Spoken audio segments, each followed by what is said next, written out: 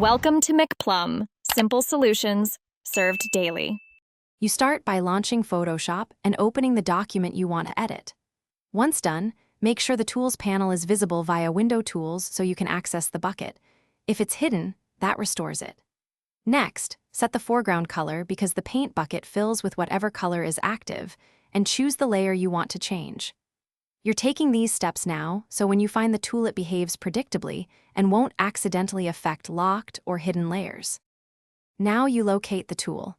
Look in the toolbar for the gradient tool icon because the paint bucket is nested underneath it. Click and hold, or right-click, on that icon to open the Hidden Tools menu. This reveals the paint bucket. If you prefer keyboard navigation, press Shift+G to cycle between gradient and paint bucket until you land on the bucket. Make sure the correct tool is active in the options bar, so your fill mode and tolerance settings apply to subsequent clicks. With the paint bucket active, click the canvas to fill. Adjust tolerance to include more or fewer similar colors and toggle contiguous to limit the fill area.